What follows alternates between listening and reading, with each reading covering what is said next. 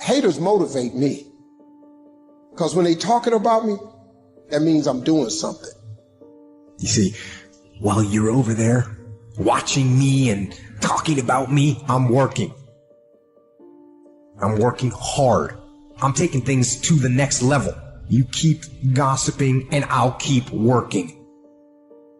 You cannot win the war against the world if you can't win the war against your own mind. While you quitting and giving up, while you saying, all right, I did enough, it's time to rest, he might just be getting in his zone. I value myself enough to give 120%. What don't do it. And then those of you in this room, you playing. You still giving 50%. You still giving 70%. Look, quit that job. If you're going to go every day and get that job 70%, quit that job. So if you're not finding that motivation that you want, forget about it. Instead, impose some daily discipline in your life. And start today. If you want to be great, you want to be the baddest motherfucker ever at what you do, you're going to be misunderstood by everybody because you're going to be so fucking obsessed and so driven to get there. That's what it takes. It takes every second of your fucking life. Anybody says balance? Yeah, balance is important for a lot of fucking people. But if you want to fucking go to that edge where people do not like you, don't understand you, you're in that spot of obsession and drive. I challenge you to see your problems as a great thing. I challenge you to start being thankful that you have the opportunity to grow, get stronger, get more focused, get more skilled, and kick more ass because of every hardship you face. One of the things I've been talking to my audiences about is the relationship between responsibility and meaning, which is, what would you say? It's a constant refrain in the book. It's one of its underlying messages, let's say, or themes is a better way of thinking about it. If you start with the presumption that there's a baseline of suffering in life and that can be exaggerated as a consequence of human failing, as a consequence of malevolence and betrayal and self-betrayal and deceit and all those things that we do to each other and ourselves that we know that aren't good, that amplifies the suffering. That's sort of the baseline against which you have to work. And it's contemplation of that often that makes people hopeless and depressed and anxious and overwhelmed and all of that. And they have the reasons. But you need something to put up against that. And what you put up against that is meaning. Meaning is actually the instinct that helps you guide yourself through that catastrophe. And most of that meaning is to be found in the adoption of responsibility. So if you think, for example, if you think about the people that you admire, well, you think about when you have a clear conscience first, because that's a good thing to aim at, which is something different than happiness, right? A clear conscience is different than happiness. Yeah, it's better. Yeah. That's you're not better. Guilting yourself. You're not feeling bad about yourself. That's right. You feel that you've justified your existence, right? And so you're not waking up at 3 a.m. in a cold sweat thinking about all the terrible things that you've involved yourself in. What you said to someone that you shouldn't have said, or how you acted, or lied, what or opportunity you lost, or the things that you've let go that you should have capitalized on, and all of that. And so, if you think about the times when you're at peace with yourself with regards to how you're conducting yourself in the world, it's almost always conditions under which you've adopted responsibility, right? At least the most guilt I think that you can experience, perhaps, is the sure knowledge that you're not even taking care of yourself, so that you're leaving that responsibility to other people, because that's pretty pathetic. And unless you're psychopathic and you're living a parasitical life, and that characterizes a very small minority of people, and an even smaller minority think that's justifiable. But most of the time you're in guilt and shame because not only are you not taking care of yourself, let's say, so someone else has to, but you're not living up to your full potential. And so there's an existential weight that goes along with that. What I want to talk to you about today is a note which I call daily. So if you create a new note in your notepad, or something that you check on a daily basis, this is the most important thing. Name it daily, and then write the word do, colon, and then go down a few lines and write the word don't, colon. The one thing I would ask you to do walking out of this is to, every single day, just for a week, wake up to this note, check it throughout the day, And then also, before you fall asleep, check to make sure that you did and you didn't do everything. So what you put in each one of these is you have a list of everything that you want to do every single day, and you have a list of things that you don't want to do. And the easiest way to add to the don'ts is to notice something that you never want to do again, and you just add that to it. Very, very simple. I'm just going to share some of mine. These might be a little bit personal and embarrassing, but here we are.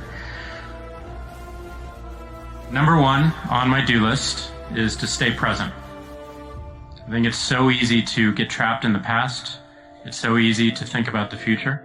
The most important thing is I stay present, and just reading this brings me back to the present, brings me back to this moment. Number two for me is be vulnerable.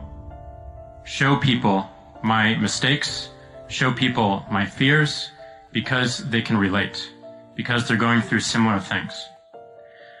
Number three, drink only lemon water and red wine.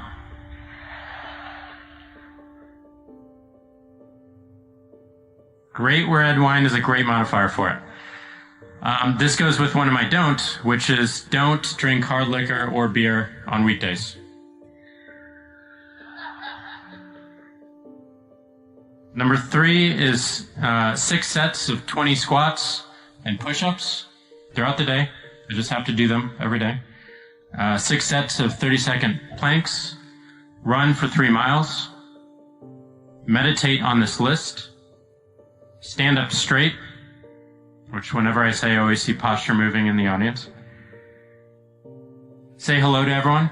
I just bought a heavy bag, so I'm training with a heavy bag, so I want to spend 10 minutes with a heavy bag every day. I want to do a video journal every single day, and I want to get 7 hours of sleep.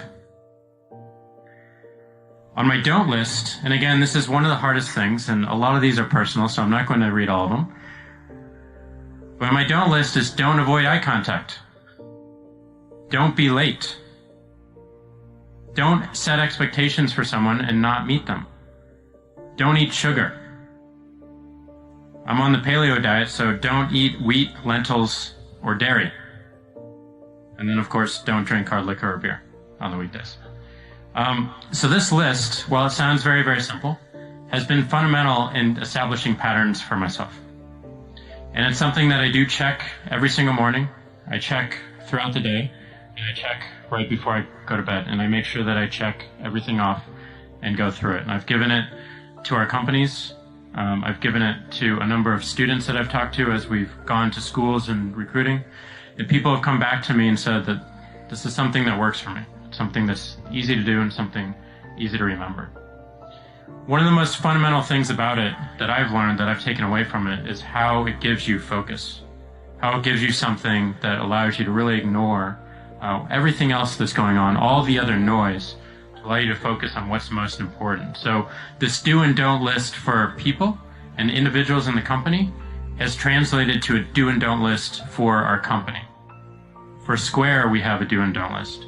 We have, these are the things that we're going to do. These are the core things. These are our bold bets. And these are the things we're saying no to for right now. That's been fundamental in allowing us to move fast, to continue to innovate, and to really push the boundaries and continue to invent and question and reset everything that we think about the organization. What do you do when you tried and failed and you want to quit and you want to give up? People that are hungry are willing to do the things today others won't do in order to have the things tomorrow others won't have. You have to make sure that your dreams, your aspirations and goals are so big that not accomplishing them is not an option. I don't know what that dream is that you have. I don't care how disappointing it might have been as you've been working toward that dream. That dream that you're holding in your mind, that it's possible. To all of you fighting battles alone, to all of you going against the grain, battling the naysayers, stay strong. Keep going. Stay strong. Keep going. I need all televisions off. I need cell phones off. Listen to me. Some of you are going to be broke for the rest of your life because of that little thing on the side. You're going to be broke for the rest of your life because of a little cell phone. I need you to study like you've never studied before. I need you up all night long studying.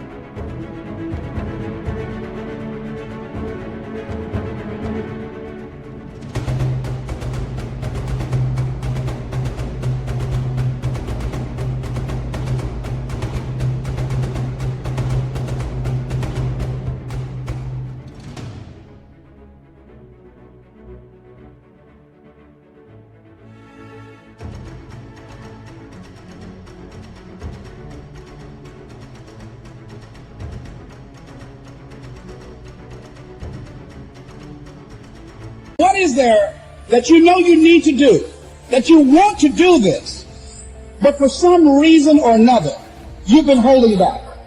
I think that among the things that prevent us from acting is the fear of failure. And if you've already failed, you don't want to fail again. The pain of that, the disappointment, the fear of loss is another thing. Because many times when we do those things that we know we need to do, we feel that we might lose somebody that we love very much and care about. We don't want to hurt anybody. I'm going to tell you something that every successful person has to do, including you. Believe it or not, every successful person in this world has jumped. As Carl von Clausewitz said, pursue one great, decisive aim with force and determination. When people tell you can never get done, you stop dreaming and you go back to knowledge. Find that thing that makes you come alive. Focus on it. Everything around you, the opportunities, the fact that you're alive. And we've all had experiences where we were working on something and we knew it was possible.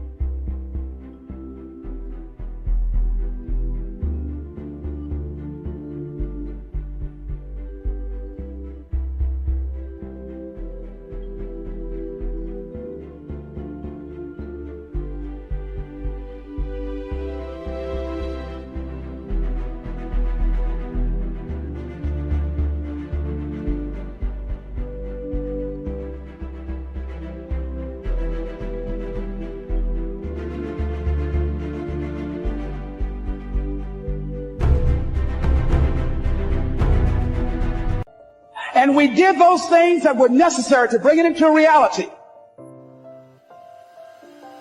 We took the responsibility to make it happen. Other people couldn't see it. A lot of people didn't believe it. You were attacked. You were criticized. It has nothing to do with opportunity. You've been given opportunity. The problem is you're not operating in your greatness in that opportunity.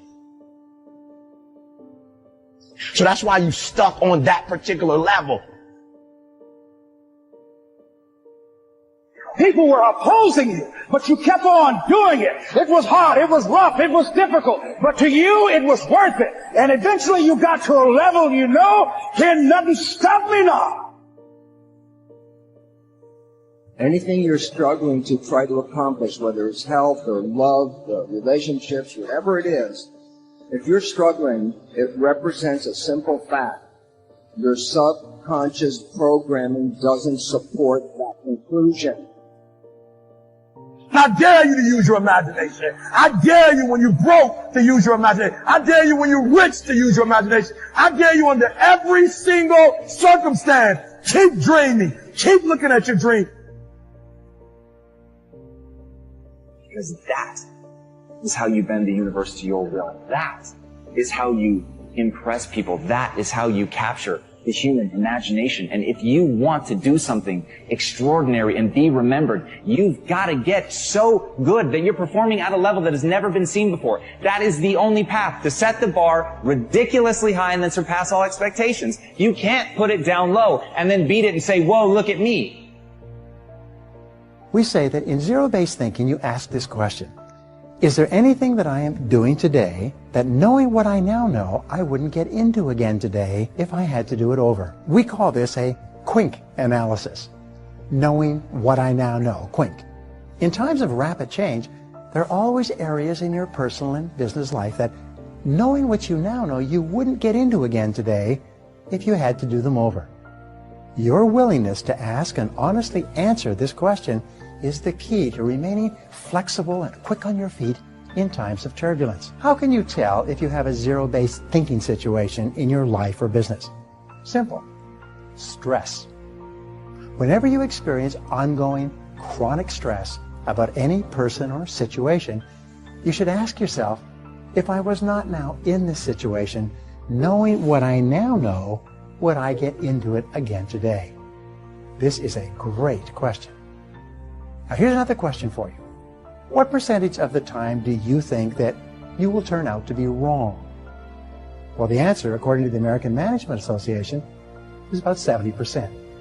70% of your decisions will turn out to be wrong in the fullness of time. It's amazing how many people will stay in a bad situation or continue with a bad course of action because of their unwillingness or inability to admit that they made a mistake or that they were wrong in the past. But remember this, when you made the decision, it was probably a good decision based on the situation at that time, but now the situation has changed. Now you have to evaluate your situation based on the current reality. If you want more freedom in your life, you have to have more discipline. If you don't have any discipline, you'll end up with absolutely no freedom. You'll end up being a slave to other people that boss you around. There's all kinds of problems that can occur if you don't have discipline in your life. And the more discipline you have, the more freedom you're going to have.